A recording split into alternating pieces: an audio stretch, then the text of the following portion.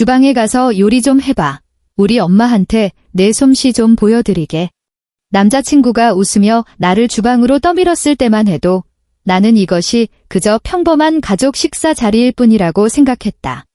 나는 앞치마를 두르고 낯선 주방을 20분이나 뒤진 끝에야 겨우 양념을 찾아내어 3시간 동안 6가지 요리를 만들었다. 소갈비구이, 순두부찌개, 도토리 묵무침, 간장게장, 잡채, 그리고 내가 가장 자신 있어 하는 해물파전까지. 그녀는 젓가락을 들어 김치 한 조각을 집었다. 본인이 직접 담근 그 김치였다.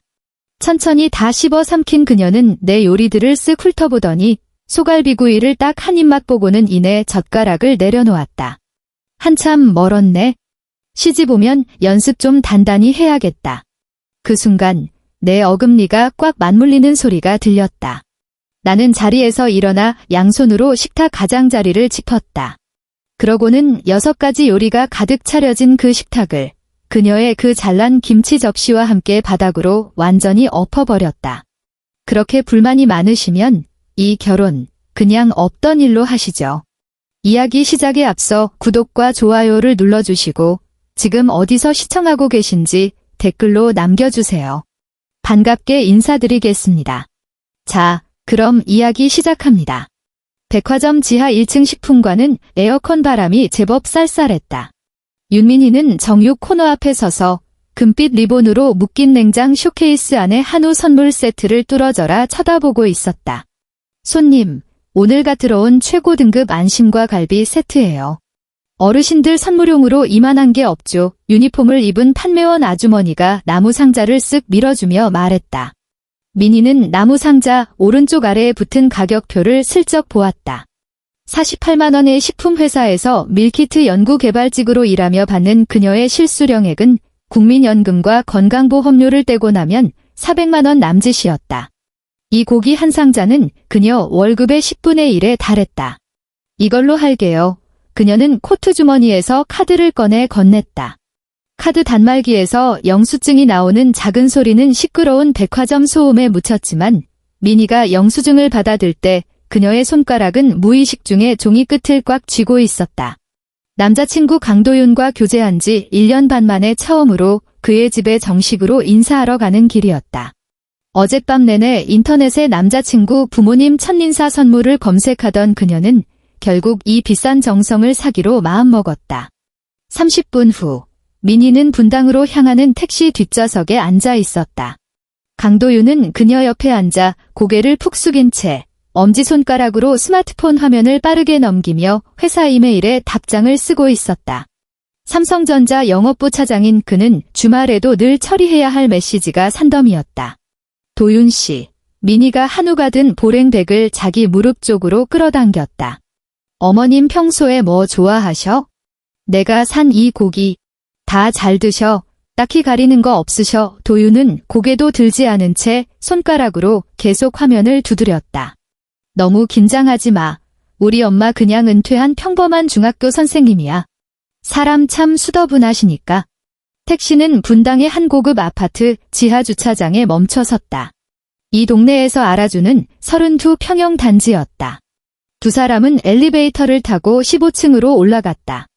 도윤이 비밀번호를 누르자 문이 열렸다.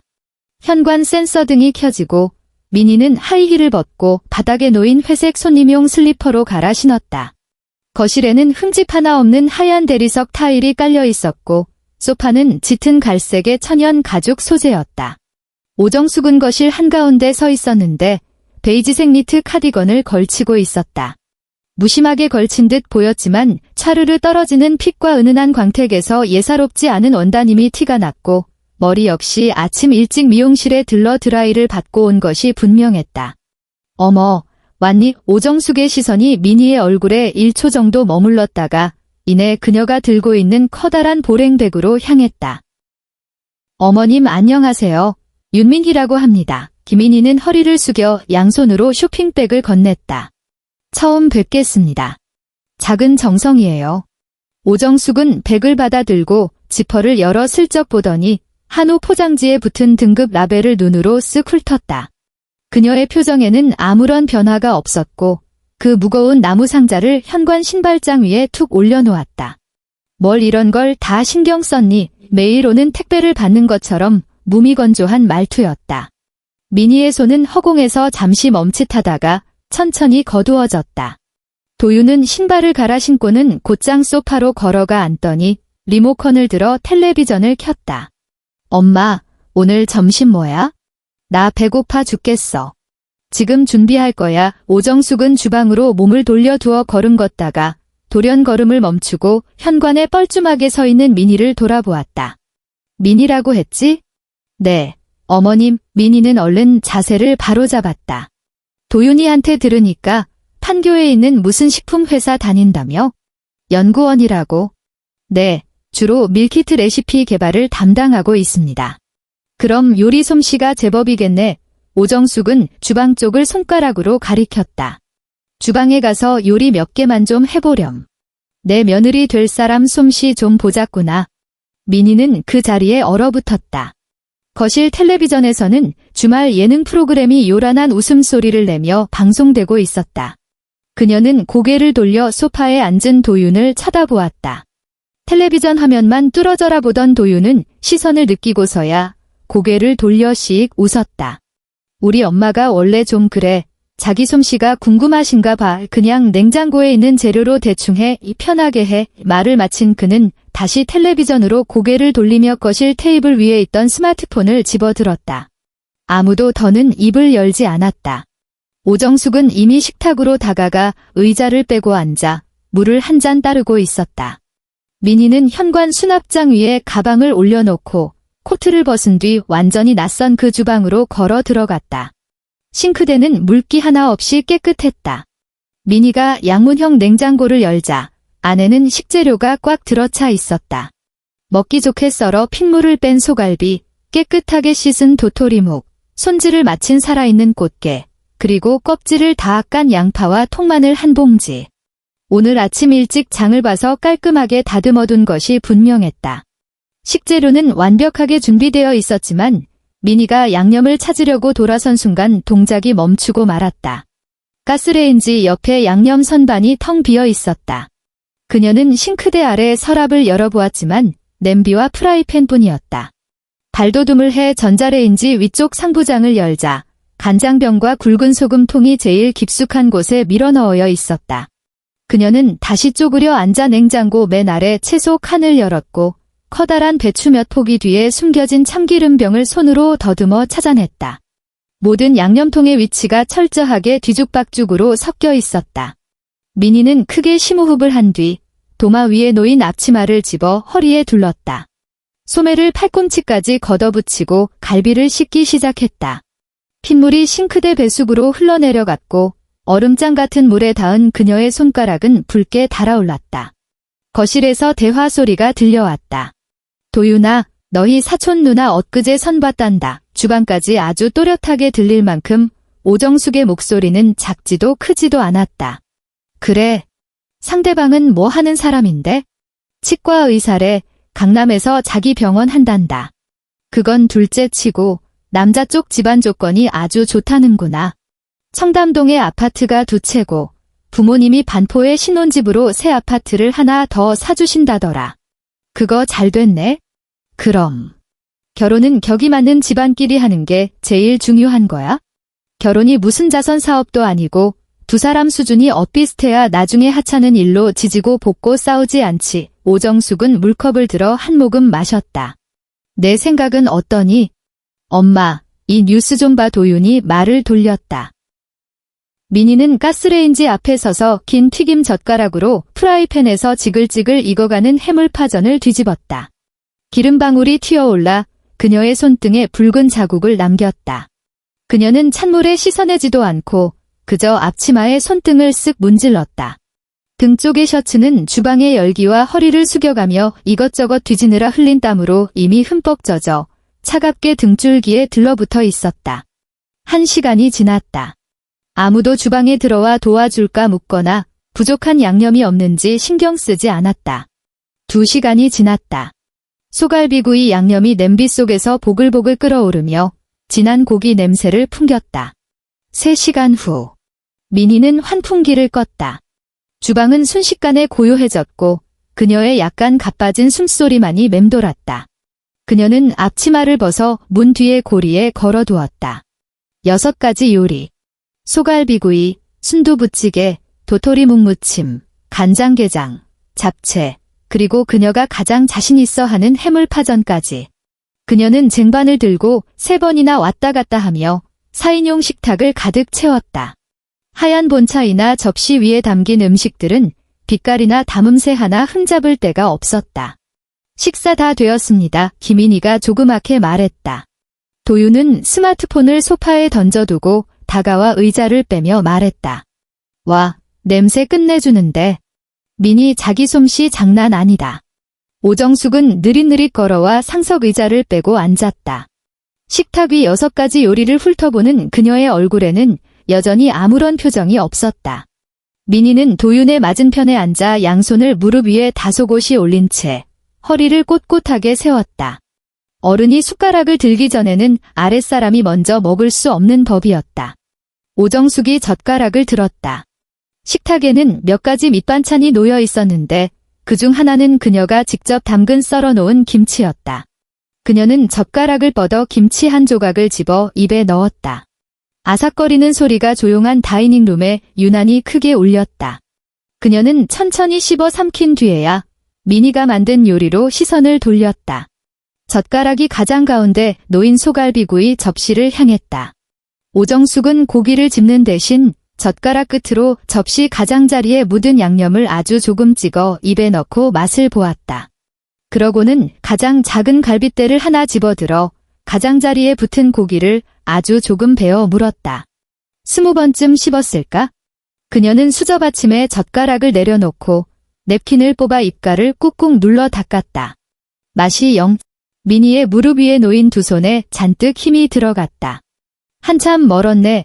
오정숙은 식탁 위에 냅킨을 툭 던졌다. 간이 너무 세다. 우리 도윤이는 위장이 약해서 이렇게 짠 건 못 먹어. 요리라는 게 그저 간장이랑 설탕만 냅다 들이붓는다고 다가 아니야? 그녀는 잠시 말을 멈추고 의자 등받이에 몸을 기댄 채 양팔을 가슴 앞으로 꼬았다. 교단에서 숙제 안 해온 학생을 꾸짖는 듯한 말투였다. 시집 오면 연습 좀 단단히 해야겠다. 앞으로 집안 식구를 먹일 밥상을 이런 식으로 차려내선 안 되지. 무릎 위에 놓인 민희의 손가락이 꽉 쥐어지며 주먹이 되었고 손톱이 손바닥 살을 파고들었다. 그녀는 고개를 돌려 맞은편에 앉은 도윤을 쳐다보았다. 도윤은 잡채를 한 움큼 집어 입에 넣고는 볼이 미어터져라 오물거리며 우물쭈물 말했다. 나쁘지 않은데 맛있어. 엄마가 너무 깐깐한 거야?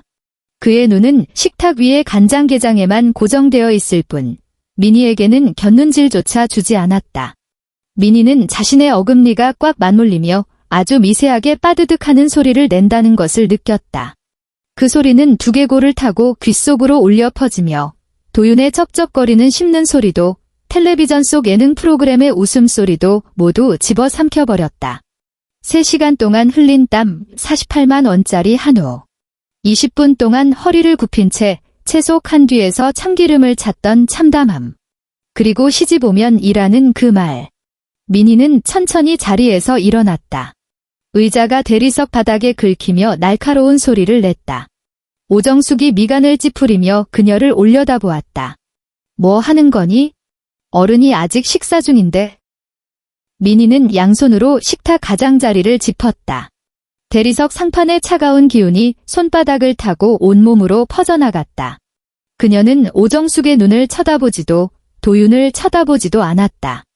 오직 한가운데 놓인 소갈비구이 접시만 뚫어져라 응시할 뿐이었다.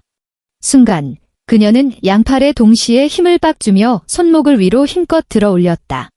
묵직한 원목 식탁이 우렁찬 파열음을 냈다. 4개의 식탁다리 중 2개가 순식간에 허공으로 들리더니 식탁 전체가 오정숙과 도윤이 있는 방향으로 기울며 그대로 엎어졌다. 우당탕탕.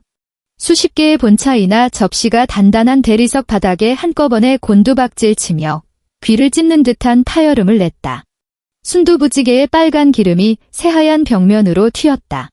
간장게장의 시커먼 국물은 허공을 가르며 날아가 오정숙이 입고 있던 베이지색 카디건 가슴팍에 한 치의 오차도 없이 쏟아졌다. 소갈비구이는 끈적한 갈색 양념과 함께 대리석 바닥에 길게 흔적을 남기며 처박혔다. 오정숙이 직접 담갔다던 그 잘난 김치는 접시째 박살이 났고 시뻘건 고춧가루와 국물이 바닥을 흥건하게 적셨다.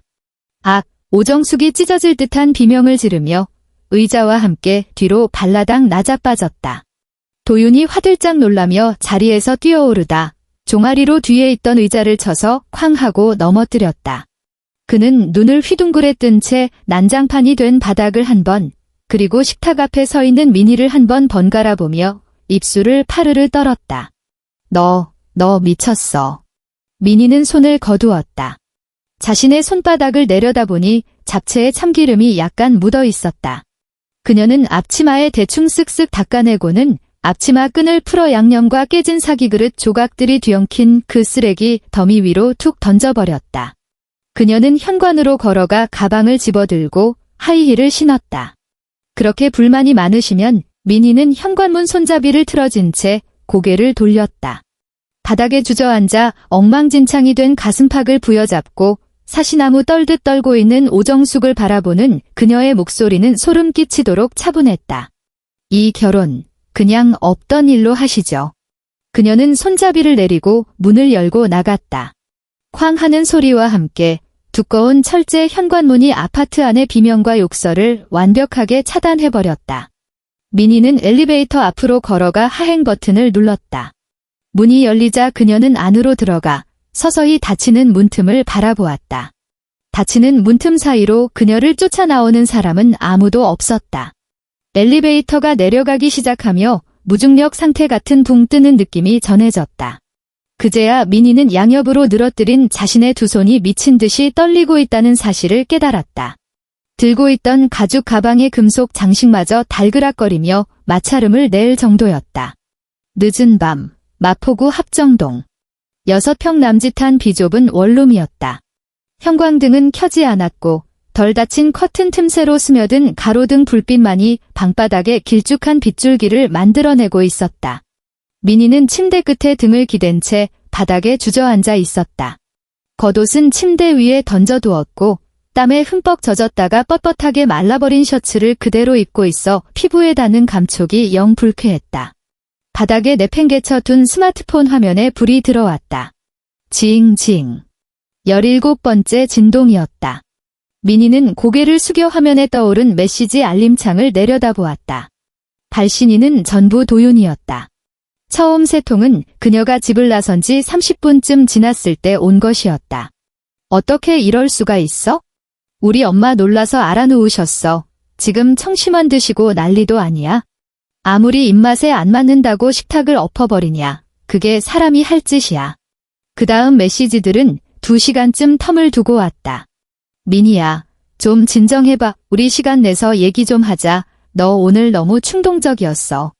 너 고생한 건 알겠는데 그렇다고 우리 엄마한테 화풀이 하는 건 아니지. 화면이 꺼졌다가 몇 초 뒤 다시 켜졌다. 가장 최근에 온 메시지였다. 시간은 새벽 2시 15분을 가리키고 있었다. 엄마가 그러는데 그런 성깔 있는 여자는 시집 오면 집안 풍비박산 낸대. 민희야, 내가 먼저 우리 엄마한테 전화해서 사과해야 하는 거 아니야? 내가 사과만 하면 이 일은 그냥 없던 걸로 해줄게. 민희는 화면에 뜬 시집 오면 이라는 단어와 사과라는 단어를 한참 동안 노려보았다. 액정 불빛이 그녀의 무표정한 얼굴을 창백하게 비추었다. 그녀는 아직도 미세하게 떨리는 손을 뻗어 스마트폰을 집어들더니 그대로 뒤집어 나무 바닥에 엎어버렸다. 방 안은 완벽한 어둠에 잠겼다. 다음 날 오전 9시 경기도 판교. 식품회사 연구개발실 안에는 온갖 인공향료와 방부제 냄새가 뒤섞여 떠돌고 있었다. 하얀 연구원 가운을 입고 머리를 하나로 질끈 묶은 민희는 스포이트를 들고 양념 소스 샘플을 채취하는 중이었다. 유리문이 열리며 부장이 결제 서류철을 들고 들어왔다. 그는 서류철을 민희의 책상 위에 툭 던졌다. 윤 연구원, 자기가 맡고 있는 그 신제품 비빔면 밀키트 프로젝트 말이야. 그거 드롭해. 오 부장은 의자를 끌어다 앉으며 서류철을 톡톡 두드렸다. 아침 임원회의에서 상무님이 말씀하셨어. 단가가 너무 높다고. 자기가 쓰는 그 특급 고춧가루랑 참기름, 공장 라인에서는 도저히 감당 안 돼. 민희는 들고 있던 스포이트를 내려놓고 부장을 돌아보았다. 하지만 부장님, 그건 저희가 3달 동안 수십 번 수정해가며 완성한 레시피예요. 값싼 캡사이신이랑 혼합 식용유로 바꾸면 맛이 완전히 틀어집니다. 유통기한 임박했을 때 나는 방부제 냄새도 못 잡고요. 우린 공장에서 찍어내는 밀키트를 파는 거지. 미슐랭 레스토랑 하는 거 아니잖아. 이 부장은 귀찮다는 듯 손을 휘저었다. 원가가 안 떨어지는데 마진이 어디서 나와? 상무님 지시니까 오늘 안으로 이 팀의 프로젝트 인수인계해. 걔네가 싼 레시피로 다시 세팅할 거니까? 자기는 저기 냉동 만두 리뉴얼 건이나 팔로업해. 부장은 말을 마치자마자 연구실을 횡하니 나가버렸다. 민희는 그 자리에 선 채 책상 위에 놓인 빨간색 딱지가 붙은 서류철만 물끄러미 바라보았다. 그녀는 컴퓨터 앞으로 다가가 의자를 빼고 앉았다. 화면에는 방금 수신된 사내 이메일이 떠 있었고 제목은 신제품 비빔면 연구개발 프로젝트 중단 안내였다. 그녀는 모니터를 보며 5분 동안 멍하니 앉아 있었다. 이내 화면 보호기가 작동하며 끊임없이 움직이는 별무리가 나타났다. 민희는 마우스를 쥐고 살짝 흔들었다. 브라우저를 열고 즐겨찾기 목록 맨 아래에 있는 링크를 클릭했다. 그건 반년 전 우연히 발견하고도 차마 자세히 들여다보지 못했던 웹페이지였다. 서울시 소상공인 외식 창업 지원 프로그램 신청 화면. 저녁 8시 야근을 마친 민희가 지하철역으로 걸어가고 있었다. 늦가을의 차가운 바람이 뺨을 스치며 제법 따갑게 느껴졌다. 휴대폰이 울렸다. 도윤에게서 걸려온 전화였다. 민희는 지하철역 입구 환풍구 옆에 멈춰 서서 통화 버튼을 눌렀다. 민희야, 도윤의 목소리는 꽤 지쳐 보였고 말투도 어제보다 한결 누그러져 있었다. 퇴근했어. 방금. 저녁은 먹었고? 내가 데리러 갈까? 됐어. 바로 집으로 갈 거야. 민희는 가로등 불빛 아래 드리워진 자신의 그림자를 내려다보았다. 수화기 너머로 몇 초간 정적이 흘렀다. 민희야, 어제 일은 우리 그냥 넘어가는 걸로 하자. 응. 우리 엄마가 원래 성격이 좀 불같으셔서 그래? 오늘 내가 먼저 전화해서 애교 좀 부리고 어제 회사에서 스트레스가 너무 많아서 그랬다고 핑계 좀 대. 어른이시잖아. 체면이 있으시니까. 화 좀 풀리시면 다 지나갈 일이야. 그의 핵심적인 요구사항은 조금도 변하지 않았다. 옆으로 시내버스가 굉음을 내며 지나가는 바람에 민희의 숨소리마저 묻혀버렸다. 도윤씨, 민희가 입을 열었다. 어제 어머님이 하신 행동, 정당했다고 생각해? 수학이 넘어가 순식간에 조용해졌다. 문제를 회피하려는 그 껄끄럽고 어색한 침묵. 1초, 2초, 3초, 4초. 엄마가 원래 그런 분이라니까. 도윤이 마침내 입을 열었다. 어른들 고집 센 거 알잖아. 내가 굳이 같은 수준으로 대응할 필요 없잖아. 그리고 솔직히 내가 밥상을 다 엎어버리는 바람에 집안 꼴이 말이 아니었어. 도우미 아주머니가 오늘 아침 내내 치우셨다고. 나더러 엄마한테 대체 어떻게 수습하라는 거야? 민희는 휴대폰을 반대쪽 귀로 옮겨댔다. 그럼 하나만 더 물어볼게. 뭔데? 그때 도윤 씨는 왜 아무 말도 안 했어? 민희의 목소리는 나지막했지만 아주 또렷했다. 어머님이 내 요리에 대해 이러쿵저러쿵 트집 잡을 때, 당신이 그 밥을 꾸역꾸역 입에 쳐넣고 있을 때, 왜 고개 한 번 들지 않았냐고. 또다시 침묵. 이번 침묵은 아까보다 훨씬 길었다. 내가 거기서 내 편을 들고 엄마랑 싸울 수는 없잖아. 그리고 솔직히 고기가 좀 짜긴 했어. 도윤의 말투가 짜증 섞인 투로 변하기 시작했다. 민희는 귀에서 휴대폰을 떼고 빨간색 종료 버튼을 눌렀다. 일주일 후 홍대 앞의 한 카페. 오후 2시 카페 안은 한산했고 배경음악으로는 부드러운 재즈가 흐르고 있었다. 민희는 창가 자리에 앉아 앞에 놓인 아이스 아메리카노를 응시하고 있었다. 컵 표면에 맺힌 물방울이 주르륵 흘러내려 컵받침에 작은 물웅덩이를 만들었다. 도윤이 유리문을 밀고 들어왔다. 연회색 정장 재킷을 입은 그는 한 손에 백화점 로고가 찍힌 고급 쇼핑백을 들고 있었다. 미니의 맞은편에 앉은 그는 탁자 위에 쇼핑백을 올려놓고 미니 쪽으로 슬쩍 밀어주었다.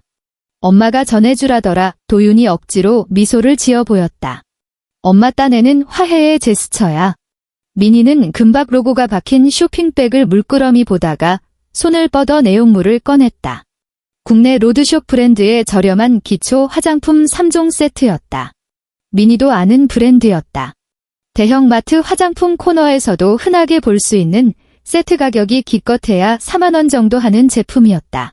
머릿속으로 48만 원짜리 한우 선물 세트, 고급스러운 나무 상자의 결, 금빛 리본이 스쳐 지나갔다. 그녀의 입꼬리가 살짝 올라갔다. 웃는 것인지 조소하는 것인지 알 수 없었다. 엄마가 그러시더라의 도윤은 미니가 선물을 거절하지 않자 한껏 고무되어 목소리를 낮추며 어떻게든 그녀를 달래려는 듯 조급하게 말했다. 내가 전화해서 사과 한마디만 하면 다 덮어주시겠대? 우리 결혼 얘기 다시 진행해도 좋아? 내가 엄마 설득하느라 얼마나 진 뺐는지 알아? 봐봐, 너 주라고 선물까지 사셨잖아. 엄마가 한 발 양보하신 거라고. 미니는 그 화장품 세트를 다시 쇼핑백 안에 집어넣었다. 그러고는 손을 뻗어 쇼핑백 손잡이를 쥔 뒤 아주 천천히 조금씩 도윤의 앞쪽으로 다시 밀어보냈다. 종이 쇼핑백이 나무 탁자 위를 스치며 사각사각 미세한 소리를 냈다. 도윤 씨, 미니가 그의 두 눈을 똑바로 쳐다보았다. 처음부터 끝까지 사과해야 할 사람은 내가 아니라는 생각은 안 해봤어? 도윤의 얼굴에서 미소가 싹 가셨다. 그는 자기 앞으로 되돌아온 쇼핑백을 한번 보고 감정의 동요라곤 찾아볼 수 없는 미니의 싸늘한 얼굴을 한번 보았다. 너 무슨 뜻으로 하는 소리야? 도윤의 목소리가 확 낮아졌다. 우리 끝났다는 뜻이야. 미니는 자리에서 일어나 코트를 챙겨 들었다. 어머님께 전해. 억지로 덮고 넘어가실 필요 없다고. 나도 그 집 며느리로 들어갈 생각 눈꼽만큼도 없으니까. 도윤이 윤민이가 진심이라는 것을 깨달은 건 그때가 처음이었다. 그날 이후 며칠 동안 도윤의 일방적인 집착이 시작되었다. 처음엔 그도 미니가 진짜로 헤어지자는 줄은 꿈에도 몰랐다. 일주일 내내 그는 퇴근 후 미니의 회사 로비에 나타났다.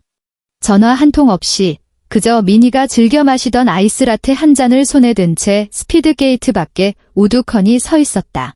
첫째 날, 미니는 그를 쳐다보지도 않고 지나쳐갔다. 둘째 날, 그가 미니의 손목을 잡으려 했으나 미니는 거칠게 뿌리쳤다. 셋째 날, 점심을 먹고 돌아오던 같은 팀 여직원 2명이 탕비실에서 소곤거렸다. 로비에 서 있는 저 남자 스토커 아니야? 3일 내내 눈을 번뜩이며 쳐다보는데 진짜 소름 돋아. 그리고 닷새째 되던 날, 서울의 가을비가 추적추적 내리기 시작했다. 미니가 회사 정문을 나서며 우산을 펼치려 할 때 도윤이 옆에서 젠걸음으로 다가와 그녀의 앞을 가로막았다. 눈 밑에는 다크서클이 짙게 깔려 있었고 정장은 구겨져 있었으며 손에는 여전히 그 아이스라테가 들려 있었다. 미니야, 딱 10분만 얘기하자. 그가 커피를 불쑥 내밀었다. 내가 제일 좋아하는 아이스라테, 시럽반 펌프. 정문을 오가는 사람들의 시선이 그들 쪽으로 쏠리기 시작했다. 미니는 그 커피를 내려다보았다. 플라스틱 컵 겉면에는 물방울이 송글송글 맺혀 있었고 얼음은 이미 반쯤 녹아 있었다. 그녀는 손을 뻗어 그 커피를 받아 들었다.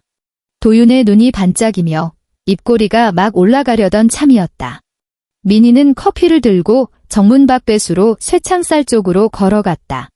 그녀는 아무 표정 없이 플라스틱 뚜껑을 열고 컵을 기울였다. 연한 갈색빛 액체가 얼음과 함께 시커먼 하수구 속으로 콸콸 쏟아져 내렸다. 얼음 덩어리들이 쇠창살에 부딪히며 탁탁 둔탁한 소리를 냈다. 마지막 남은 찌꺼기까지 모조리 털어버린 미니는 빈 컵과 뚜껑을 옆에 있는 분리수거함에 던져 넣었다. 그녀는 돌아서서 도윤을 똑바로 응시했다. 다시는 찾아오지 마. 빗소리를 뚫고 울려 퍼지는 미니의 목소리는 서늘하리만치 명료했다.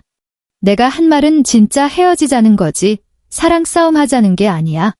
알아들었어. 도윤은 그 자리에 굳어버렸고 빗물이 그의 어깨를 적셨다. 그의 얼굴은 순식간에 시뻘겋게 달아올랐고 목덜미에는 핏대가 섰다. 쓰레기통에 처박힌 빈 컵을 노려보는 그의 두 주먹은 뼈마디가 하얗게 질릴 정도로 꽉 쥐어져 있었다. 윤민이, 도윤이 이를 꽉 악문 채 이새로 아기에 찬 말을 뱉어냈다. 내가 뭐라도 되는 줄 알아? 나 아니면 내가 뭐 대단한 남자라도 만날 수 있을 것 같아. 그는 한 걸음 앞으로 다가서며 혐오감을 가득 담아 목소리를 내리깔았다. 너 올해로 29이야? 판교 바닥에서 쥐꼬리만 한 월급 받는 말단 연구원 주제에 전셋집 하나 구할 돈도 없는 게? 나 아니면 도대체 어떤 놈이 너 같은 미친년 성과를 받아준대? 이게 무슨 드라마라도 되는 줄 알아? 밥상 한 번 화끈하게 엎어버리면 다 멋있게 끝나는 줄 아냐고.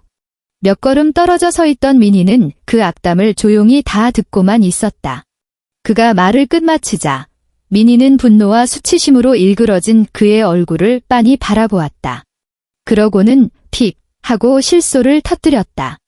아주 짧고 얼음장처럼 차가운 비웃음이었다.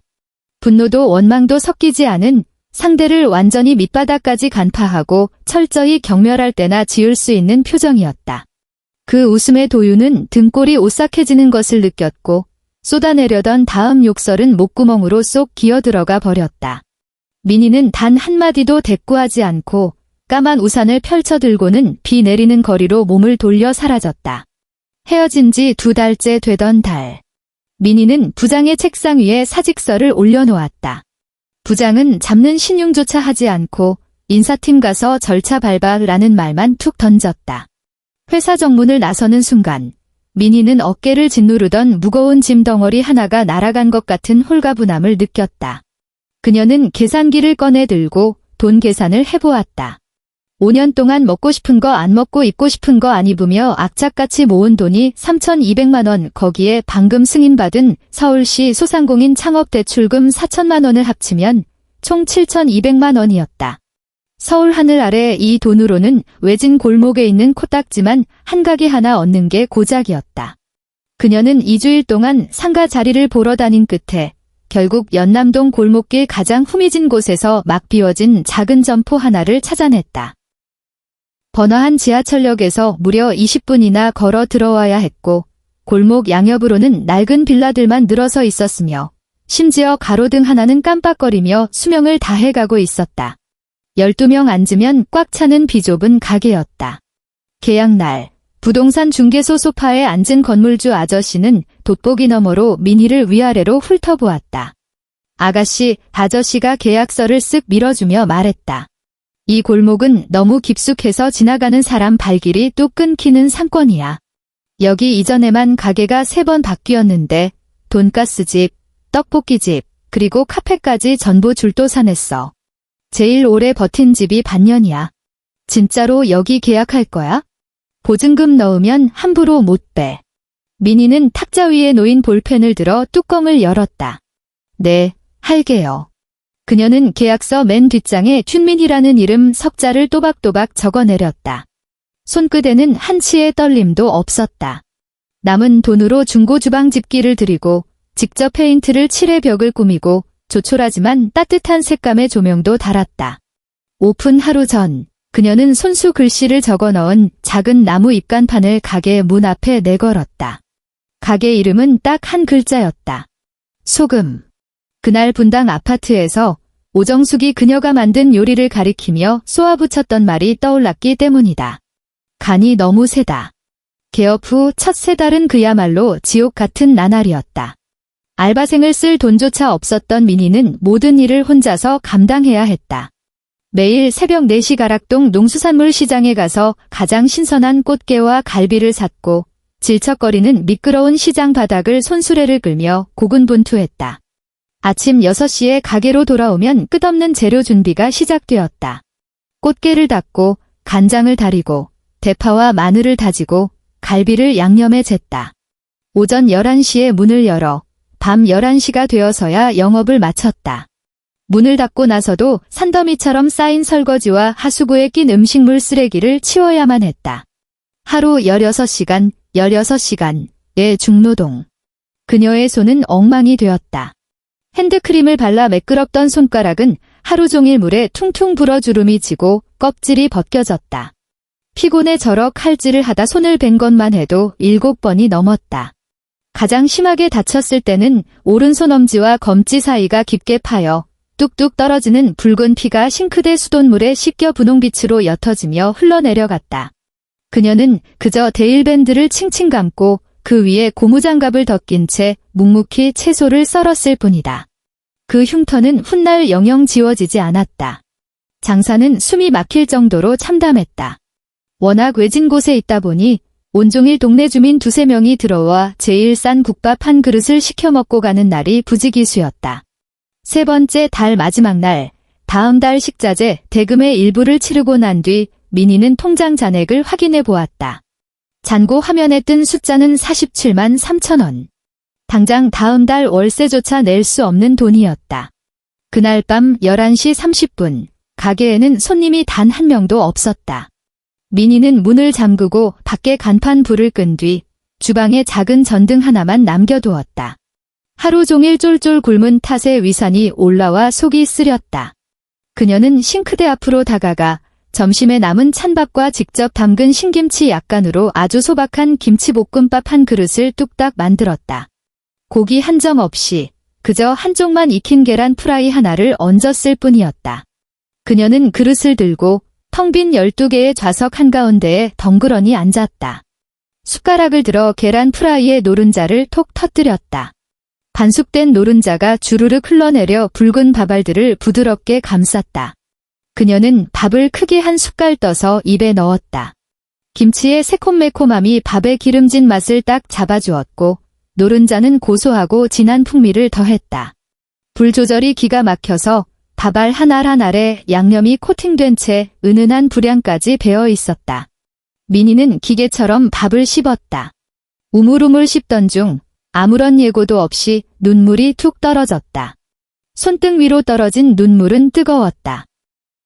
소리내어 울지도 않은 채 그저 숟가락으로 푹푹 밥을 퍼서 입 안으로 밀어 넣었다. 눈물은 김치의 맵고 짠맛과 뒤섞여 그대로 식도로 넘어갔다.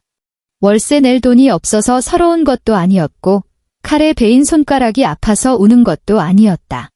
그녀가 우는 이유는 이 볶음밥이 정말 미치도록 맛있었기 때문이다. 자기가 만든 소갈비구이가 얼마나 야들야들한지, 자기가 달인 간장게장 국물이 얼마나 감칠맛 나는지 그녀 스스로는 너무나 잘 알고 있었다. 하지만 세상 그 누구도 알지 못했다. 이 넓은 서울 하늘 아래 사람이 그토록 많은데 그 길고 긴 골목을 지나와 그녀의 요리를 맛봐줄 사람은 단 한 명도 없었다. 그녀는 마지막 밥알 하나까지 다 긁어 먹은 뒤 빈 그릇을 싱크대에 던져넣고 찬물로 세수를 한 번 쏴야 하고는 다시 다음날 쓸 식재료를 준비하기 시작했다. 기적 같은 전환점은 4번째 달의 2번째 화요일에 찾아왔다. 그날 오후 3시, 가게 안은 여느 때처럼 텅 비어 있었다. 민희는 주방에서 새로 담글 간장게장의 국물을 다리는 중이었다. 간장, 사과, 양파, 그리고 다시마가 커다란 들통 안에서 한데 어우러져 끓어오를 때마다 진하고 깊은 향을 뿜어냈다. 그 냄새는 주방 환풍기를 타고 바깥 골목길까지 솔솔 퍼져나갔다. 문에 달린 종이 딸랑하고 울렸다. 검은색 볼캡을 눌러쓰고 소형 액션캠을 치켜든 젊은 남자가 걸어 들어왔다. 사장님, 지금 끓이시는 게 대체 뭐예요? 골목 어귀에서부터 냄새를 맡고 왔거든요. 남자가 코를 킁킁거리며 물었다. 간장게장 다리는 국물이에요. 민희가 주방에서 고개를 쑥 내밀며 앞치마에 손을 닦았다. 그럼 여기 간장게장 비빔밥 하나랑요. 저온 숙성 소갈비구이 하나 주세요. 남자는 구석 자리를 찾아 앉더니 테이블 위에 액션캠을 세워두었다. 주방으로 돌아간 민희는 15분 뒤 2가지 요리를 내왔다. 고개를 숙이고 스마트폰만 들여다보던 남자는 접시가 테이블 위에 놓이자마자 단박에 시선을 빼앗겼다. 간장게장의 뽀얀 게살은 이미 먹기 좋게 발라져 노란 게장과 함께 김이 모락모락 나는 쌀밥 위에 듬뿍 얹어 있었고 그 옆으론 김가루와 통깨가 먹음직스럽게 뿌려져 있었다. 저온 숙성 소갈비구이는 깊고 영롱한 캐러멜빛을 띠고 있었으며 눅진한 양념이 고기 표면을 촉촉하게 감싸고 있었다. 남자는 숟가락을 들어 밥을 쓱쓱 비빈 뒤 크게 한 입 떠먹었다. 그의 씹는 동작이 일순간 멈칫했다. 이어서 그는 소갈비구이 한 점을 집어들어 한 입 빼어 물었다. 육질이 어찌나 부드러운지 입술로 살짝만 물어도 뼈와 살이 스르르 분리되었다. 남자는 젓가락을 내려놓았다. 그는 아무 말도 하지 않은 채 그 자리에 앉아 무려 1분 동안이나 무거운 침묵을 지켰다. 카운터 뒤에 서 있던 민희는 심장이 철렁 내려앉아 행여나 입맛에 맞지 않는 건지 조심스레 물어보려던 참이었다. 그때 남자가 갑자기 테이블 위 액션캠을 덥석 집어들더니 각도를 조절해 자기 앞에 접시를 정조준했다. 그는 헛기침을 한 번 하고서 억누를 수 없는 흥분을 담아 카메라 렌즈를 향해 열변을 토하기 시작했다. 구독자 여러분, 저는 지금 연남동의 지도에도 잘 안 나오는 후미진 골목길에 와 있습니다. 제가 예전에 했던 말들 전부 취소하겠습니다. 여긴 겉멋 만든 인스타 감성 맛집이 아닙니다. 제가 서울에서 먹어본 식당 중에서 전통적인 한식 양념의 밸런스를 가장 완벽하게 잡아낸 곳입니다. 이 소갈비구이 진짜 미쳤습니다. 사흘 뒤 연남동 골목 끝에서 올해 최고의 한 끼를 먹다라는 제목의 영상이 유튜브에 올라왔다. 영상을 올린 사람은 무려 87만 명의 구독자를 보유한 유명 맛집 유튜버였다. 영상이 공개된 지 이틀 만에 조회수는 200만 회를 가볍게 돌파했다. 그 다음 주 월요일, 민희는 평소처럼 오전 11시에 가게 문을 열기 위해 나섰다. 골목 안에는 30명이 넘는 사람들이 서 있었다.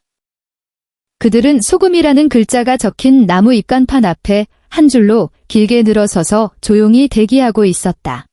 줄 맨 앞에 서 있던 여자가 민희를 발견하고는 일행에게 흥분하며 속삭였다. 대박, 사장님 오셨어. 드디어 문 연다. 열쇠를 쥔 민희의 손이 허공에서 멈췄다. 그녀는 길게 늘어선 사람들을 멍하니 바라보다가 천천히 열쇠 구멍에 열쇠를 꽂아 넣었다. 찰칵 하는 소리와 함께 문이 열렸다. 개업 8개월 차, 소금은 연남동에서 가장 예약하기 힘든 식당 중 하나가 되었다.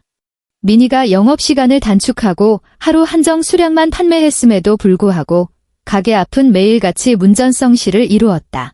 시끌벅적 떠드는 젊은이들과 맛집 탐방 유튜버들 사이에서 유독 이질적인 손님이 한 명 있었다. 차분한 옷차림의 중년 남자였다. 그가 입은 정장은 로고 하나 없었지만 원단의 윤기와 떨어지는 핏만 봐도 값이 꽤 나가는 물건임이 분명했다. 그가 처음 가게를 찾은 날은 비가 추적추적 내리는 날이었는데 마침 노쇼가 발생해 빈자리가 났을 때였다. 그는 가장 구석진 자리에 앉아 소갈비구이 하나와 해물파전 하나를 시켰다.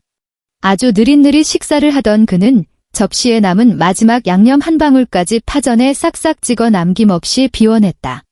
둘째 주에 그가 다시 찾아왔다.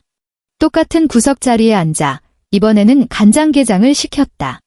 역시나 그릇바닥이 보일 정도로 깨끗하게 비웠다. 셋째 주, 그가 세 번째로 모습을 드러냈다.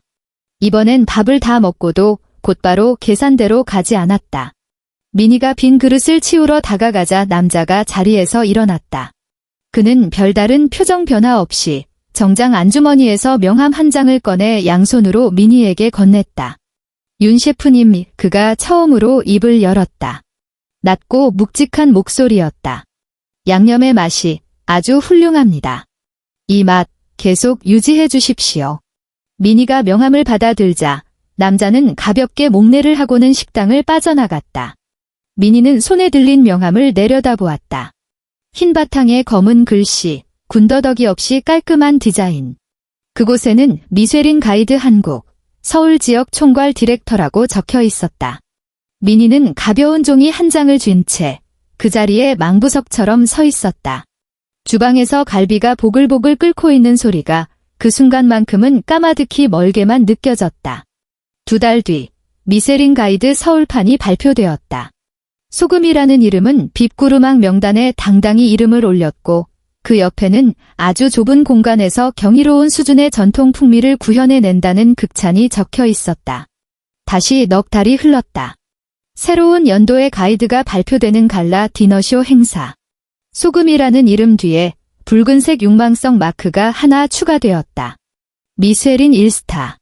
그날 밤, 민희는 가게로 돌아왔다. 직원들은 모두 퇴근하고 그녀 혼자 주방에 남아 있었다. 그녀는 벽에 새로 걸린 붉은색 아크릴 명패를 물끄러미 올려다보았다. 앞치마 주머니 속에서 휴대폰이 짧게 진동했다. 민희가 휴대폰을 꺼냈다. 화면에는 저장되지 않은 낯선 번호로 도착한 문자 메시지가 떠 있었다. 민희야, 어머니다. 식당을 차려서 상까지 받았다고 들었다. 축하해. 시간 괜찮으면 어머니가 가서 내 솜씨 한번 맛보고 싶구나. 민희는 액정에 뜬 어머니와 맛보고 싶구나라는 글자를 장장 30초 동안이나 뚫어져라 노려보았다. 반년 전 그 귓가를 때리던 날 선 평가들, 엎어져 버린 식탁, 바닥에 흥건하던 간장 양념이 그 순간 머릿속에 선명하게 떠올랐다. 그녀는 전원 버튼을 눌렀다. 화면이 까맣게 꺼졌다. 휴대폰을 다시 주머니에 찔러 넣고 몸을 돌려 식칼을 집어든 그녀는 묵묵히 내일 쓸 식재료를 다듬기 시작했다. 그녀는 그 문자에 단 한 글자의 답장도 보내지 않았다. 칼날이 두꺼운 나무 도마에 부딪히며 탁탁 둔탁한 소리를 냈다. 썰어낸 물을 스텐볼에 쓸어 담은 민희는 수돗물을 틀어 칼날을 씻어냈다. 쏟아지는 물줄기가 칼 표면에 남은 채소 즙을 말끔히 씻어내었고 배수구를 향해 소용돌이치며 빠져나가는 물거품을 응시하는 그녀의 얼굴에는 감정의 동요라곤 찾아볼 수 없었다. 앞치마 주머니 속의 휴대폰은 두 번 다시 울리지 않았다. 사흘 뒤 낮 11시 반. 연남동 골목길엔 바람 한 점 불지 않았고 초여름의 따가운 햇살이 아스팔트 바닥 위로 쏟아지며 희미한 고무 타는 냄새를 피워 올리고 있었다. 오정숙은 대기줄 중간쯤에 서 있었다. 그녀는 오늘 새로 산 베이지색 니트 카디건을 입고 옵기센 진주 브로치까지 달았으며 팔목에는 백화점 로고가 선명한 두툼한 쇼핑백을 걸치고 있었다. 발에는 일부러 먼 길을 걷기 위해 준비한 앞코가 뾰족한 양가죽 플랫 슈즈를 신었지만 울퉁불퉁하고 좁은 이 골목에서 2시간 가까이 서 있다 보니 발 뒤꿈치가 욱신거리기 시작했다. 그녀의 앞에는 짧은 치마를 입은 젊은 여자 2명이 서 있었다. 아, 오늘따라 사람 왜 이렇게 많아? 원래도 줄이 이 정도야. 왼쪽 여자가 손부채질을 하며 투덜거렸다. 너 뉴스 못 봤어? 어제 미슐랭 1스타 발표 났잖아. 지금 줄 서서 먹는 것만 해도 감지덕지야. 나 아침 10시부터 와서 기다렸어. 오른쪽 여자가 스마트폰을 흔들어 보였다. 여기 셰프님 엄청 절대. 원래 대기업에서 연구원 하다가 때려치우고 나와서 가게 차렸다더라. 대기업 연구원이라는 단어에 오정숙의 눈꺼풀이 파르르 떨렸다. 그녀는 퉁퉁 부어오른 종아리를 달래려 체중을 왼발에서 오른발로 옮겨 실었다.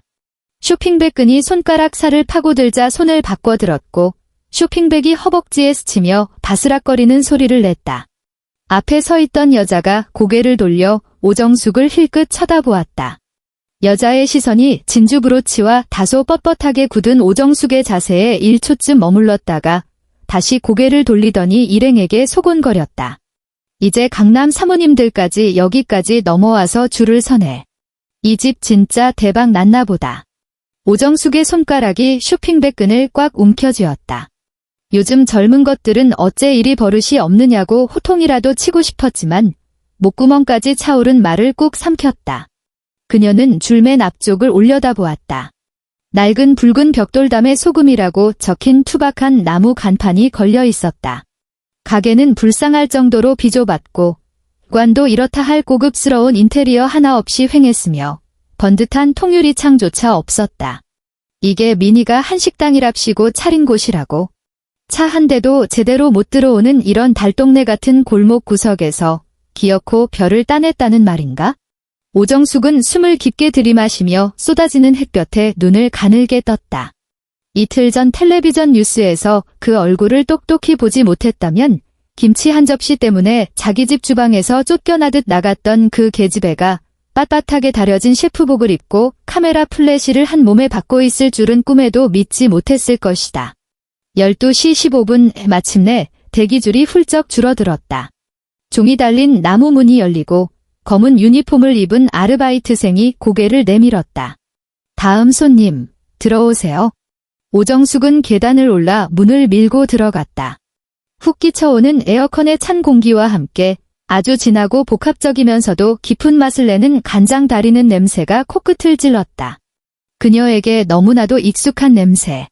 그 순간 그녀는 마치 대리석 바닥이 깔린 분당 아파트로 다시 돌아간 것만 같은 착각에 빠졌다. 가게 안의 좌석은 고작 12개뿐이었다. 2인용 테이블 4개와 바좌석 4개 벽은 하얀 페인트로 대충 칠해져 있었고 추상적인 장식 액자 몇 개를 제외하면 썰렁하기 그지없었다. 손님, 혼자 오셨나요? 이쪽 바자리로 앉아주세요. 아르바이트생이 그녀를 주방 앞바 테이블로 안내했다. 오정숙은 값비싼 쇼핑백을 옆 빈 의자에 내려놓고 높은 스툴 의자를 빼서 앉았다. 무릎이 바 테이블 및 나무판에 닿을 만큼 공간이 비좁아 숨이 턱 막힐 지경이었다. 주방은 반 오픈형 구조였다. 가림막 천이 거치고 미니가 걸어 나왔다. 짙은 회색 셰프복에 검은 앞치마를 두른 그녀의 앞치마 밑단에는 짙은 양념 자국이 희미하게 남아 있었다. 머리는 여전히 하나로 질끈 묶고 있었지만 눈빛은 1년 전과는 완전히 달라져 있었다. 남의 눈치를 보며 주눅 들었던 기색은 온데간데 없었고 오직 이 공간을 완벽하게 통제하는 지배자 특유의 평온함만이 감돌았다. 두 사람의 시선이 허공에서 딱 마주쳤다. 오정숙의 입술이 달싹거렸다. 그녀는 속으로 수십 번이나 시뮬레이션을 돌려보았다. 어른으로서 너그럽게 품어주는 척, 대수롭지 않은 안부 인사, 그리고 적당히 빠져나갈 구멍까지. 심지어 첫인사 멘트도 정해두었다. 아유, 여긴 꽁꽁 숨어있어서 찾기가 영 힘들구나. 어머니가 여기까지 오느라 다리가 다 아파 혼났다. 하지만 막상 미니의 그 무심한 두 눈을 마주하자 준비했던 말들이 전부 목구멍에 콱 막혀버렸다. 미니는 놀라지도 화를 내지도 않았다. 그저 바 안쪽에 선 채 새하얀 행주로 싱크대 가장자리를 조용히 닦아낼 뿐이었다. 미니야, 조정숙의 입에서 생각보다 훨씬 쉰 목소리가 흘러나왔다. 그녀는 헛기침을 하며 극도의 긴장감과 오래 서 있었던 피로감 때문에 눈시울이 살짝 붉어졌다. 미니는 하던 동작을 멈추고 행주를 반듯하게 접어 한쪽에 내려놓았다. 오정숙은 황급히 몸을 돌려 옆 의자에 두었던 백화점 쇼핑백을 번쩍 들어 올려바에 나무 상판 위로 슥 밀어주었다. 상 받았다는 소식 들었다. 어머니가 오다가 백화점에 잠깐 들렀지 뭐니. 오정숙은 억지로 미소를 쥐어짜내며 자신도 모르게 굽실거리는 말투로 말했다. 이 화장품 세트, 딱 내 나이 때 쓰면 좋은 거란다. 쇼핑백 모서리는 인파에 치여 살짝 달아 있었다. 안에 든 상자에는 덜 뜯어진 가격표가 붙어 있었는데 87과 0이 길게 이어진 숫자가 보였다. 87만 원이 예전에 도윤이 카페로 들고 나왔던 4만 원짜리 로드숍 화장품에 비하면 무려 20배나 비싼 물건이었다. 미니의 시선이 쇼핑백에 1초쯤 머물렀다가 다시 그녀의 얼굴로 향했다. 그녀는 손을 뻗어 물건을 받지 않았다. 주문하시겠어요? 미니의 목소리는 크지도 작지도 않았고 억양은 평행선을 달리듯 감정이 철저히 배제되어 있었다. 메뉴판은 저기 벽에 있습니다. 오늘 준비된 재료가 떨어져서 지금은 간장게장 비빔밥이랑 소갈비구이만 주문 가능합니다. 쇼핑백을 밀어주던 오정숙의 손이 허공에 뻣뻣하게 굳었다. 차가운 상판에 닿은 손끝이 하얗게 질려갔다. 미니야. 그때는 오정숙은 목소리를 잔뜩 낮춰 거의 바람소리에 가깝게 속삭였다. 그때는 내가 말이 좀 심했다. 도윤이가 성격이 불같고 말주변도 없어서 그렇지 그동안 선도 한 번 안 보고 지냈다. 걔 마음속엔 아직도 손님. 미니가 그녀의 말을 단칼에 잘랐다. 손님이라는 호칭에 오정숙의 어깨가 흠칫 놀라 크게 흔들렸다. 뒤에 기다리시는 분들 많습니다. 완벽하게 세팅된 티끌 하나 없는 영업용 미소를 지으며 미니가 말했다. 식사 안 하실 거면 다음 분을 위해 자리 비워주시죠. 가게 안은 쥐 죽은 듯 고요했고 옆 테이블에서 밥을 먹던 손님들도 젓가락을 내려놓고 연신 이쪽을 힐끔거렸다. 오정숙은 머리끝까지 피가 솟구치며 뒷목이 뻣뻣해지는 것을 느꼈다. 그러나 그녀는 어금니를 꽉 깨물고 습관처럼 튀어나오려던 각질이 본성을 억지로 짓눌렀다. 지금 여기서 밥상을 엎고 난동을 부렸다간 영원히 돌이킬 수 없다는 걸 본능적으로 깨달은 것이다. 소갈비구이. 하나 주렴. 오정숙은 슬그머니 손을 빼며 쇼핑백을 다시 자기 쪽으로 끌어당겼다. 네, 잠시만 기다려주세요. 민희는 뒤돌아서 천막을 걷고 다시 주방으로 쏙 들어갔다. 10분 뒤 바 위로 소갈비구이 한 접시가 올려졌다. 곁들임 찬으로는 흰쌀밥 한 공기와 맑은 콩나물국, 그리고 밑반찬 2접시가 전부였다. 오정숙은 눈앞에 놓인 고기를 내려다보았다. 접시에 담아낸 모양새, 영롱한 캐러멜빛 윤기, 고기 표면을 덮은 눅진한 양념의 농도, 심지어 칼집을 낸 방향까지.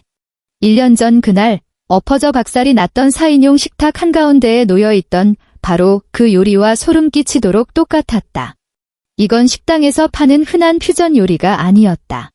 철저하게 전통 방식을 고수한 정통 가정식 갈비구이 그 자체였다. 오정숙은 덜덜 떨리는 손으로 젓가락을 들었다. 젓가락 끝이 사기그릇 모서리에 부딪히며 쨍 하는 맑은 소리를 냈다. 그녀는 가장 작은 갈빗대 하나를 집어들었다. 예전처럼 젓가락 끝으로 양념만 찍어 먹어보는 짓은 하지 않고 곧장 입으로 가져갔다. 치아가 가장자리 고기를 덥석 베어 물었다. 푹 끓여낸 시간이 완벽해서 고기는 솜사탕처럼 부드럽게 녹아내리면서도 쫄깃한 식감을 잃지 않았다. 간장의 깊은 짠맛, 사과의 은은한 단맛, 양파의 알싸한 향이 입안에서 미친 듯이 소용돌이치며 완벽한 조화를 이루었다. 쓸데없는 기교도 없었고 공장에서 찍어내기 위해 들이부은 싸구려 인공향료 따위는 단 한 방울도 섞여 있지 않았다. 이것은 최정상급의 밸런스였다. 1년 전 분당 아파트에서 맛보았던 바로 그 맛 1%의 오차도 없는 완벽하게 동일한 맛이었다. 오정숙의 턱이 움직이는 속도가 점점 느려졌다. 목구멍이 콱 막혀오고 묵직한 돌덩이가 가슴을 짓누르는 것 같았다. 자기가 어떻게 젓가락 끝으로 양념을 콕 찍어 맛보고는 반성문 덜 쓴 애새끼 혼내듯 한참 멀었네, 간이 너무 세다라고 막말을 퍼부었는지 떠올랐다. 바닥에 길게 핏자국처럼 늘러붙었던 48만 원짜리 한우갈비의 참상과 부들부들 떨리던 민희의 가녀린 어깨, 그리고 마지막으로 심장에 비수를 꽂고 떠났던 그 서늘한 일갈이 뇌리를 스쳤다. 아무런 예고도 없이 눈물 한 방울이 툭 떨어져 하얀 사기그릇 가장자리를 적시며 갈색 양념을 살짝 번지게 했다. 입에 맞으십니까? 언제 다가왔는지 민희가 바 건너편에 서서 양손으로 상판을 짚은 채 그녀를 가만히 내려다보고 있었다. 오정숙은 화들짝 놀라 젓가락을 내려놓고 손등으로 눈가를 훔쳤다. 민희의 두 눈을 똑바로 마주할 자신이 없어서 그저 김이 모락모락 피어오르는 콩나물국만 뚫어져라 쳐다보며 미친 듯이 고개를 끄덕였다. 맛있다. 그녀의 목소리는 코맹맹이 소리가 섞여 심하게 떨리고 있었다. 그때 그 맛 그대로입니다. 민희가 무심하게 내뱉었다. 토씨 하나 안 틀리고요. 오정숙의 온몸이 돌처럼 굳어버렸다. 그때 손님께서는 한참 멀었다고 하셨죠. 민희는 허리를 꼿꼿이 세우며 마치 오늘 날씨를 이야기하듯 무덤덤하게 말을 이었다. 멀었던 건 제 요리가 아니라 저를 깎아내리려던 손님의 편협한 시선이었습니다. 오정숙이 번쩍 고개를 쳐들었다. 입술이 파르르 떨렸지만 변명 한마디 튀어나오지 않았다. 민희는 더 이상 그녀를 쳐다보지도 그 비싼 쇼핑백을 챙기지도 않았다. 몸을 돌려 천막을 걷고 활활 타오르는 화구 앞으로 돌아가 버렸다. 오정숙이 밥풀 하나 남기지 않고 다 긁어먹은 뒤 계산을 마치고 87만 원짜리 쇼핑백을 달랑거리며 문을 열고 나갈 때까지 민희는 끝내 단 한 번도 밖으로 나오지 않았다. 같은 시각 경상북도 구미시 삼성전자 구미 공장 제7 공장 라인 밖 바닥까지 울리는 기계의 거대한 굉음이 끊임없이 고막을 때렸다. 회색 비디 감도는 푸른색 공장용 제전복을 걸친 강도유는 야외 흡연 구역 벤치에 널브러져 있었다. 손가락 사이엔 반쯤 타들어간 담배가 끼워져 있었고 눈앞의 철제 잿더리엔 꽁초가 수북하게 쌓여 있었다. 서울 강남에 번쩍이는 고층 빌딩, 나른한 오후의 아이스라테, 말끔한 정장 차림으로 참석하던 부서회의 그 모든 것이 전생의 일처럼 까마득했다. 넉 달 전 본사의 대규모 조직 개편에 피바람이 불었다. 그가 몸담았던 영업이부는 3분기 연속 실적 꼴찌를 기록하며 부서 전체가 공중분해되었다. 직원 대다수가 권고사직으로 짐을 쌌고 운 좋게 살아남은 몇 명은 지방 공장 라인으로 유배를 당했다. 차장 타이틀을 달고 구미 공장으로 쫓겨난 그의 공식 직함은 생산관리 감독관이었지만 실상은 하루 종일 공장을 돌며 불량률이나 체크하는 뒷방 늙은이 신세였다. 서울의 번듯한 아파트에서 쫓겨나 곰팡 내 진동하는 공장 기숙사 침대에 처음 누운 날 창밖으로 시뻘건 불을 뿜는 매연 배출탑을 바라보며 그는 담배만 내리 한 갑을 태웠다. 강 차장님, 식당 안 가십니까? 똑같은 푸른색 작업복을 입은 새파랗게 어린 기술원이 지나가며 건성으로 아른 체를 했다. 먼저가 도윤이 손을 휘휘 저었다. 담배를 비벼 끈 그는 주머니를 뒤져 스마트폰을 꺼냈다. 액정 화면엔 인터넷 뉴스 기사가 하나 띄워져 있었다. 제목은 연남동 뒷골목에서 미슐랭 스타까지 윤민희 셰프의 인생 역전 스토리. 기사엔 사진도 한 장 크게 박혀 있었다. 군더더기 없이 깔끔한 셰프복을 입은 민희가 소금 간판 옆에 당당히 서 있었다. 오버스럽게 활짝 웃지는 않았지만 입꼬리를 살짝 올린 그녀의 눈빛에선 단 한 번도 본 적 없는 강인한 자신감과 여유가 흘러넘쳤다. 도윤은 엄지손가락으로 액정을 문질러 사진을 쭉 확대했다. 그의 머릿속에 과거의 민희가 주마등처럼 스쳐 지나갔다. 자기 집 주방에서 참기름병 하나 못 찾아 진땀을 뻘뻘 흘리던 모습. 어머니 뭐 좋아하셔? 라며 불안한 눈빛으로 묻던 그 가여운 얼굴. 자기 엄마가 그렇게 개무시를 하며 갈구는데도 본인은 눈치 없이 잡채나 입에 쑤셔 넣고 있던 한심한 자신의 모습까지. 그 시절 그는 윤민희가 자기를 절대 떠나지 못할 거라 굳게 믿었다. 29 먹은 가난한 식품회사 연구원이 서울의 아파트까지 있는 삼성전자 차장을 만나는 건 민희 인생 최고의 로또라고 착각했다. 심지어 민희가 하수구에 라테를 쏟아버리고 돌아설 때조차 평생 가난의 굴레에서 벗어나지 못할 거라며 속으로 저주를 퍼부었었다. 그는 뉴스창을 닫고 연락처 앱을 열었다. 화면을 한참이나 쓸어내려 1년 넘게 단 한 번도 누르지 않았던 그 번호를 찾아냈다. 그는 메시지 입력창에 글을 쳤다. 민희야, 뉴스 봤어. 정말 대단하더라. 사실 나 예전부터 후회했어. 나 구미로 발령 났고 사는 게 엉망진창이야. 내가 나한테 한 번만 더 기회를 준다면? 전송 버튼 위를 맴돌던 손가락이 우뚝 멈췄다. 화면에 적힌 이 구질구질하고 찌질한 텍스트를 보고 있자니 갑자기 위산이 역류하며 구역질이 치밀어 올랐다. 문장을 전부 지워버린 그는 다시 타이핑을 시작했다. 축하해. 그때 내가 했던 말들, 내 평생 가장 후회하는 일이야. 그리고 전송 버튼을 눌렀다. 10분 뒤 메시지 옆에 아주 작게 읽음 표시가 떴다. 도윤은 화면이 뚫어져라 그 글씨만 쳐다보며 5분, 10분, 그리고 30분을 기다렸다. 답장은 오지 않았다. 공장 지붕 위 확성기에서 점심시간이 끝났음을 알리는 요란한 사이렌 소리가 구미의 잿빛 하늘을 갈기갈기 찢어놓았다. 도윤은 스마트폰을 주머니에 쑤셔 넣고 자리에서 일어나 천근만근 무거운 발걸음을 이끌고 매캐한 기계 기름 냄새가 진동하는 제7 공장 라인으로 터덜터덜 걸어 들어갔다. 미쉐린 1스타를 획득하고 6개월 뒤 서울 청담동 번화가 한복판에 우뚝 선 독립된 2층짜리 건물. 외관은 트렌디한 노출 콘크리트로 마감되었고 널찍한 통유리창 밖으론 따스하고 은은한 오렌지빛 조명이 새어나오고 있었다. 민희는 먼지 한 톨 없는 널찍한 새 주방 한가운데 서 있었다. 조리대는 값비싼 의료용 스테인리스로 맞춤 제작되었고 바닥엔 물기가 고이지 않는 짙은 회색 미끄럼 방지 타일이 깔려 있었다. 새하얀 셰프복을 맞춰 입은 4명의 보조 셰프들이 각자의 자리에서 일사불란하게 재료를 다듬고 있었다. 연남동 시절 툭하면 멈춰 서던 고물 환풍기 대신 최고급 대형 후드가 웅장하고 묵직한 기계음을 내며 쉴 새 없이 공기를 빨아들였다. 윤 대표님 우세련된 정장 차림의 중년 여성이 주방으로 걸어 들어왔다. 민희의 새로운 파트너이자 투자자인 그녀는 대기업 임원 자리를 박차고 나와 엔젤 투자자로 전향한 박 대표였다. 박 대표님, 주방엔 어쩐 일이세요? 미니가 쥐고 있던 소스통을 내려놓았다. 홀 세팅은 대충 끝났고 오늘 오프닝 파티 VIP 손님들도 슬슬 다 오셨어요. 널찍하고 반짝이는 주방을 둘러보며 박 대표가 흐뭇하게 고개를 끄덕였다. 아참, 연남동 그 낡은 점포 말이에요. 아까 건물주 아저씨가 전화해서 다음 달 계약 만료인데 연장할 거냐고 묻더라고요.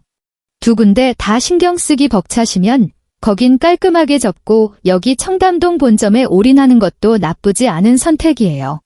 미니는 고개를 돌려 넓은 조리대 너머 주방 측면 벽을 바라보았다.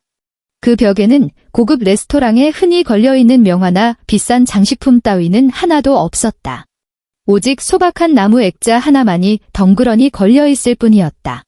액자 속 사진에는 허름한 골목길 끝자락, 숨막히게 비좁던 12개의 좌석, 그리고 삐뚤빼뚤 손으로 직접 쓴 소금이라는 투박한 간판이 담겨 있었다. 연장하겠습니다. 김인희는 1초의 망설임도 없이 대답했다. 그곳 메뉴는 원래대로 유지할 거고요. 제가 직접 가르친 수제자 2명을 보내서 운영을 맡길 생각입니다. 기념비적인 장소라 남겨두시려는 거군요. 박 대표가 빙그레 웃었다. 제 요리 인생의 첫 번째 주방이니까요. 미니가 고개를 돌려 거울처럼 반짝이는 스테인리스 조리대에 비친 자신의 얼굴을 마주보았다.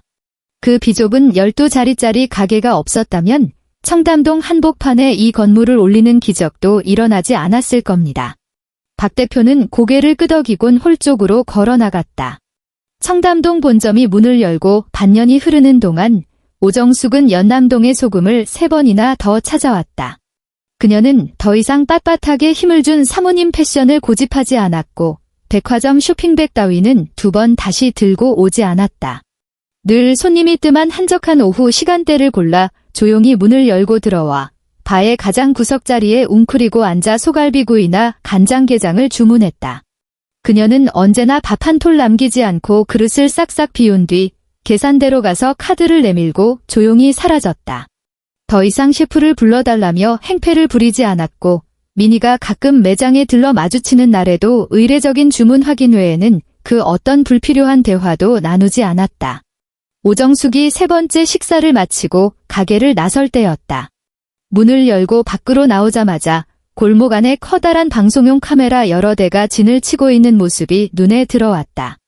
마이크를 든 여성 리포터가 입구 쪽에 서 있었고 편안한 사복 차림의 미니가 카메라 앞에서 유명 맛집 매거진과 단독 인터뷰를 진행하는 중이었다. 오정숙은 숨을 헉 들이마시며 굳어버린 채 문 옆에 어두운 그늘 쪽으로 몸을 숨겼다. 윤 셰프님, 리포터의 하이톤 목소리가 골목에 낭낭하게 울려 퍼졌다. 셰프님의 요리가 전통적인 맛을 무섭도록 고집한다는 건 업계에서도 아주 유명한데요. 한간에 떠도는 소문에 의하면 애초에 다니던 대기업을 박차고 나와 창업을 결심하게 된 결정적 계기가 누군가에게 아주 치명적인 혹평을 받았기 때문이라던데 사실인가요? 미니의 시선이 아주 미세하게 틀어지더니 뭔가 그늘에 숨어 서 있는 오정숙을 정확히 포착했다. 오정숙은 본능적으로 반걸음 뒷걸음질을 치며 핸드백 끈을 생명줄처럼 꽉 틀어쥐었다. 리포터가 던진 질문이 마치 날카로운 칼날이 되어 자신의 뺨을 후려칠 것만 같았다. 그녀는 이제 곧 미니가 카메라 앞에서 그날의 그 더럽고 추잡했던 진실을 폭로하고 가장 지독하고 잔인한 독설로 과거의 굴욕을 처절하게 갚아줄 거라 생각하며 숨을 죽였다. 하지만 렌즈를 정면으로 응시하는 미니의 입가에는 아주 희미하고 부드러운 미소가 번졌다. 네, 맞습니다. 골목을 울리는 미니의 목소리는 너무나도 평온했다. 어떤 분이 제가 만든 요리를 드시더니 제게 이러시더군요. 한참 멀었네라고요. 리포터의 눈이 반짝 빛나며 먹잇감을 낚아채듯 질문을 이어갔다. 어머나, 그럼 그때 상처를 정말 많이 받으셨겠네요? 그 분노와 오기가 지금의 셰프님을 이 자리까지 끌어올린 원동력이 된 건가요? 상처도 받았고 미칠 듯이 화도 났죠. 미니가 차분하게 대답했다. 하지만 제가 1년이 넘는 시간 동안 좁은 주방의 뜨거운 불길 앞에서 손가락이 수십 번 베어가며 간장을 다리고 또 다렸던 건 오직 단 한 가지 사실을 증명하기 위해서였습니다. 그녀는 잠시 말을 멈추고 시선을 카메라 너머로 던져 오정숙이 있는 곳을 1초도 안 되는 짧은 시간 동안 쓱 훑었다. 제가 한참 멀었던 게 아닙니다. 김인희가 또박또박 힘을 주어 말했다. 그 사람의 식탁이 저를 감당하기엔 너무 비좁고 초라했던 겁니다. 그늘에 숨어있던 오정숙은 마치 정수리부터 얼음물을 뒤집어 쓴 것 같은 충격을 받았다가 이내 그 물이 순식간에 증발해버리는 듯한 기묘한 허탈감을 느꼈다. 민희는 방송에서 그녀의 이름 석자를 입에 올리지도 그녀의 갑질을 폭로하며 손가락질하지도 흔해 빠진 복수극의 희생양으로 만들지도 않았다. 그 말 한마디 속에서 오정숙이라는 인간은 그녀가 그토록 콧대 높여 자랑하던 대리석 깔린 분당 아파트며 삼성전자 다니는 아들이며 치졸했던 텃세들까지 모조리 싸잡혀 그저 너무 비좁은 식탁이라는 한심한 단어 하나로 완벽하게 규정되어 버렸다. 지금의 윤민희라는 거대한 존재를 담아내기엔 그녀의 세상은 너무나도 하찮은 우물 아니었던 것이다. 오정숙은 가방끈을 쥐고 있던 손에서 스르르 힘을 뺐다. 그녀는 고개를 푹 숙인 채 카메라 쪽은 2번 다시 쳐다보지도 못하고 민희에게 인사할 엄두조차 내지 못한 채 서둘러 발길을 돌렸다. 시끌벅적한 연남동의 젊고 활기찬 인파 속으로 쫓기듯 숨어들어간 그녀의 뒷모습은 이내 흔적도 없이 완전히 사라져버렸다. 청담동 본점 오픈 1주년을 기념하는 성대한 VIP 갈라 디너. 홀의 메인 조명이 은은하게 어두워지고 테이블마다 세팅된 촛불들이 우아하게 흔들렸다. 스피커를 타고 흐르는 부드럽고 묵직한 첼로 선율이 레스토랑의 고급스러운 공기를 가득 채웠다. 구김살 하나 없이 빳빳하게 다려진 새하얀 셰프복을 차려입은 민희가 나타났다. 그녀의 양손에는 코스의 대미를 장식할 마지막 디저트, 전통 막걸리를 발효시켜 만든 아이스크림과 로스팅한 잣이 정갈하게 담겨 있었다. 메인 테이블로 다가간 그녀는 까다로운 미식 평론가들의 자리마다 직접 디저트를 세팅했다. 손님들은 약속이나 한 듯 나이프와 포크를 내려놓고 모두 자리에서 일어나 오늘 밤 황홀한 미식의 향연을 선사한 그녀를 향해 뜨거운 기립박수를 보냈다. 우레와 같은 박수 소리가 넓은 홀의 높은 천장을 때리며 웅장하게 울려 퍼졌다. 민희는 환한 미소로 화답하며 깊이 허리 굽혀 인사한 뒤 몸을 돌려 주방 쪽으로 향했다. 동그란 유리창이 달린 묵직한 스윈도어 앞에 도착한 그녀는 잠시 걸음을 멈췄다. 두꺼운 문짝 너머로 홀의 열광적인 환호와 박수 소리가 아득하게 차단되었다. 어둑한 통로에 홀로 선 그녀는 동그란 유리창 너머로 화려한 드레스와 턱시도를 차려입은 손님들이 연신 감탄하며 짓는 행복한 미소들을 그리고 최고급 커트러리가 완벽하게 세팅된 드넓은 대리석 식탁들을 가만히 응시했다. 어두운 유리창 위로 그녀 자신의 당당한 실루엣이 희미하게 겹쳐졌다. 불현듯 2년 전 어느 날의 끔찍했던 오후가 머릿속을 스치고 지나갔다. 분당 아파트의 그 낯설고 차가운 주방. 허리가 끊어질 듯 굽힌 채 냉장고 맨 아래 채소 칸 구석구석을 뒤지느라 두 손은 배추에서 흐른 흙물로 범벅이 된 채 땀을 비오듯 쏟으며 참기름병 하나를 찾느라 발을 동동 구르던 멍청했던 자기 자신. 그때 그녀의 등에 들러붙어 있던 셔츠는 식은 땀으로 흠뻑 젖어 얼음장처럼 차가웠고 가증스러운 어른과 무능한 남자친구가 버티고 앉아있던 그 4인용 식탁 앞에 섰을 때 무릎은 사시나무 떨듯 후들거렸고 위장은 뒤틀렸으며 심장은 억울함에 찢겨나갈 듯 비명을 지르고 있었다. 그 시절의 그녀는 착각했었다. 뼈 빠지게 노력해서 완벽한 요리 6접시를 대령하기만 하면 그 빌어먹을 식탁 끄트머리에 자기 자리 하나쯤은 내어줄 거라고. 민희는 천천히 오른손을 들어 올려 엄지와 검지 사이에 길고 깊게 파여있는 흉터를 조용히 쓰다듬었다. 선홍빛으로 끔찍했던 그 상처는 어느덧 옅은 흰색으로 아물어 훈장처럼 그녀의 살갗에 단단히 뿌리를 내리고 있었다. 그녀는 유리창에 비친 자신의 모습을 마주 보았다. 허리는 한치의 흔들림 없이 꼿꼿했고 숨결은 깊고 평온했으며 양옆으로 편안하게 늘어뜨린 두 손엔 예전 같은 초라한 떨림 따윈 존재하지 않았다. 이제 그녀는 안다. 남이 차려놓은 남의 집 식탁 따위 이젠 공짜로 앉으라고 애원해도 거들떠보지도 않을 거라는 걸? 민희가 손을 뻗어 문짝의 차가운 금속 손잡이에 손바닥을 밀착시켰다. 묵직한 경첩이 부드럽게 돌아가는 소리가 났다. 그녀는 힘차게 문을 밀어젖히고 그 누구의 눈치도 볼 필요 없는 완벽하게 온전한 자신만의 주방 안으로 성큼성큼 걸어 들어갔다.